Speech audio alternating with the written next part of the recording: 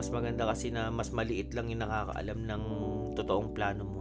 Kasi pagka yung kunyari, meron ka na pagsabihan na tingin mo, akala mo, tropa mo, negatibo, masasabihan ka ng hindi yan parang hindi yan posible, ganyan.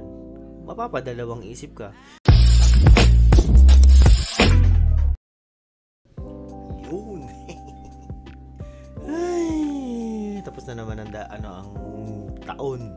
Grabe, 2024 na, no? Dito ay December 30. Diyan naghahanda na ng New Year ang Pilipinas. Sana all, no? Meron kaming rito. Yung sa pinopost ko na walang bakasyon yung yung trabaho namin dito sa Canada, meron, no. Nung Christmas dito, walang pasok nung Pasko saka 26. Tapos ngayon dito New Year, meron kaming long weekend sa January 1 walang pasok. January 1 walang pasok. So 3 araw kaming walang pasok ngayon. Kaya ngayon nagiinom ako, no? Ito. Sinubukan ko yung alak ni The Rock. Kita mo yan? Terramana. Tequila. Ngayon lang ako nag-tequila uli. Ano ba yung mga tequila dati sa Pilipinas? Pero ito masarap. Smooth siya. Sarap naman. Okay naman. So yun. Ngayon, itong New Year, wala pa kaming balak eh. Pero si Yorme na paplano na mag-celebrate sa Tracy, yung unang-unang bahay na tinirahan namin, yung Tracy, doon kami nagsi-celebrate kasi hanggang ngayon meron pang mga nakatropa namin na mga kabatch namin na nakatira pa doon. Ngayon di namin alam kung lilipat na rin sila. Syempre parating na yung pamilya. O nga pala, congratulations kay Francis, yung aming kabatch, saka sa kanyang family, no. Nakuha niya na yung kanyang inaasam-asam na PR. Sana all. Sa amin wala pa ring update, no. Congratulations pare. Si Francis, yan. Siya yung parang pinaka namin dito, yung kunyari meron kaming problema sa kahit anong papeles namin, sa anong pinapasa, siya yung tanungan namin. Well deserved yung PR na yan kasi talagang pag kayong mabait ka sa kapwa mo, mabait ka sa pamilya mo, lahat bibigay lahat yan ni Lord pag mabait ka, no. Kaya ako medyo tagilid-ata ako. Hindi, joke lang. Hindi, yun, gusto ko lang pag-usapan yung tungkol sa hindi ko alam kung saan siya nagre-reklamo, yung sa aplikante na to sa ibang group to pero reliable na group to. Parang ito lagi ko ring tinitingnan nung nag-a-apply pa lang ako eh. Sabi niya, bakit daw puro na lang pagyayabang, kahambugan daw yung mga post ng mga nasa ibang bansa, no. Kasi parang nakikita ko lang dito sa post niya, parang nagiging bitter siya kasi hanggang ngayon siguro matagal na siya na applicant, tapos ngayon hindi pa rin siya napapansin ng mga agencies natin diyan sa Pilipinas. Hindi pa siya walang progress yung kanyang application. Ang masasabi ko lang dito, pag ganito, talagang kasama yan sa pag-a-apply, no, yung mga tropa. Yung pag yung kunyari nag-a-apply ka, lalo na sa abroad, lalo na sa mga sa mga magagandang countries, hindi siya yung basta-basta na mo lang bigla lang makukuha mo. Hindi yung biglang akala mo special ka na nag-apply ka, kukontakin ka na lang nila, meron kang requirements, ganyan. Hindi kayo special. Lahat kayong applicants niyan sa Pilipinas, kinikilatis kayo isa-isa. Lahat kayo merong pare-pareho halos kayo ng application diyan na kompleto, no. Kaya wag kayong yung basta-basta na lang magrereklamo sa mga group. Okay lang naman na naka-anonymous siya. Kaya lang bigyan nyo lang ng yung pasensya nyo, medyo habaan nyo, lalo na ngayong pumutok yung yung pag-a-apply sa mga skilled workers like yung mga pagbubutcher. Dati kasi nung time ko na nag-a-apply, ano pa lang yan, parang pausbong pa lang tapos pandemic pa nung time na yan. Ngayon kasi parang masyadong pumutok.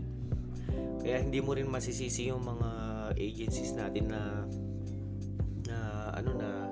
hindi kayo kagad kino-contact kung kunyari kayo kompleto na ng requirements. Hindi naman yun yung huwag nyo rin sabihin na palakasan, mga ganun. Hindi yan. Talagang isipin nyo, tao lang din yung mga nag-aasikaso ng mga papeles nyo sa Pilipinas. Talagang ini-scrutinize yung mga mga papeles nyo, mga requirements nyo, no? Pare-pareho kayo dyan. Hindi, tapos yung tungkol nyo sa sinasabi niya, puro kahambugan daw yung mga post sa mga group. Hindi yan. Ang masasabi ko lang dyan, pinapakita lang nila na, kahit ako pinopost ko rin yung mga yung mga accomplishments ko. Siyempre, gusto ko rin naman ipakita na kahit papaano meron akong nararating na, nandiyan ako sa Pilipinas. Hindi ko ma-post yung mga pinagagawa ko ngayon. Lang yan, yung mga post nila just to inspire, para ma-inspire kayong mga nasa Pilipinas pa, na huwag nyo isipin na niyayabangan kayo. Pinupost nila yan para sana isipin nyo, sana pagdating ng panahon, ganyan din ako. Lahat yan magagawa ko rin, kasi malaking bagay talaga yung pag meron kang inspirasyon. Yung kunyari makikita mo na, sana makita ko yung yung dating nagba-vlog lang, yung dating nagpo-post lang, sana pagdating ng panahon ganyan na rin ako. Hindi naman sa sa pagyayabang lang, yun lang. Saka habaan nyo yung pasensya nyo. Ganun talaga pagka nag-a-apply, lalo na ngayon yun sa nangyayari ngayon. Ang dami talaga kasing parang mga bagong rules, bagong laws, ganyan lang naman talaga ang pag-a-apply. Huwag kayong maapektuhan. Kumbaga, maging focus lang kayo sa sa application nyo, sa goal nyo. Maging focus lang kayo. Kaya ako dati nag-deactivate sa Facebook ko kasi nga parang ayoko makarinig ng mga negative comments. Yung pinupursu ko tong pagpunta sa Canada, kasi nga parang parang kung iisipin mo, parang imposible. Parang yung iba nga sinasabi parang scam daw. May nagsabi pa sa akin, nako, totoo ba yan? Baka scam yan. Ganun, makakarinig ka ng mga ganyan. Focus ka lang sa goal mo, kung saan mo gustong mapunta. Kunyari gusto mong mag-ibang bansa tulad namin. Wag mong pakikinggan yung mga naririnig mo sa paligid mo. Mas maganda nga yung kunyari meron kang asawa, solohin nyo na lang yung mga plano nyo.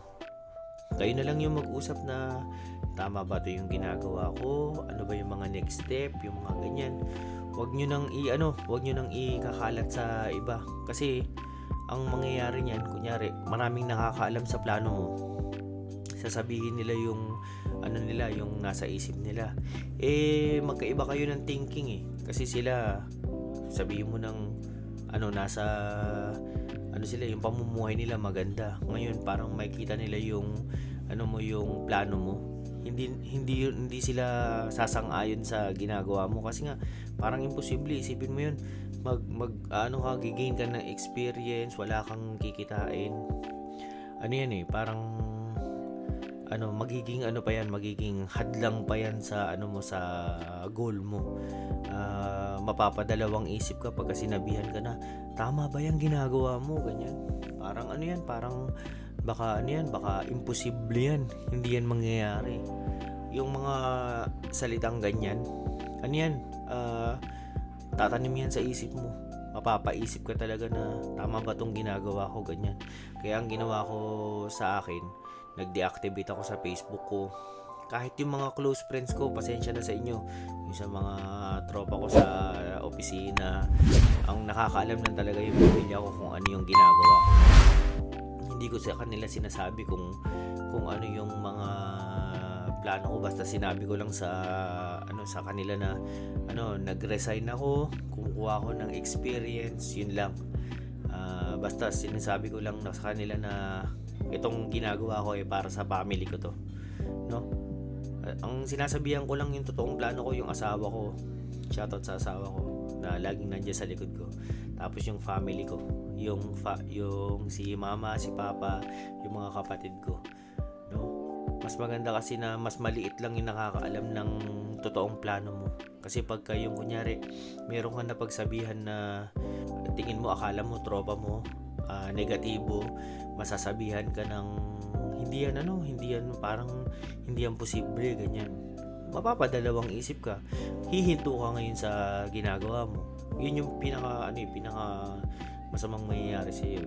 Kaya yun lang yung inaano ko, na basta focus ka lang sa goal mo.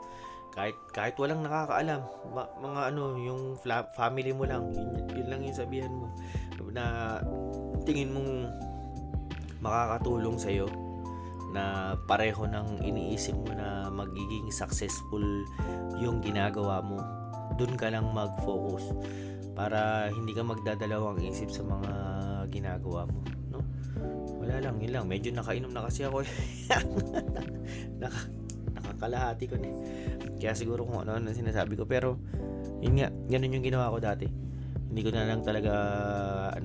lang kinalat kung ano yung ginagawa ko. Sinabi ko na lang sa mga kaopisina ko, sa mga tropa ko na nung paalis na ako. Yun lang. Mabilis ang video lang to, no? Like, share, subscribe, yung mga ganun. Mag-iinom na ako. Paalam.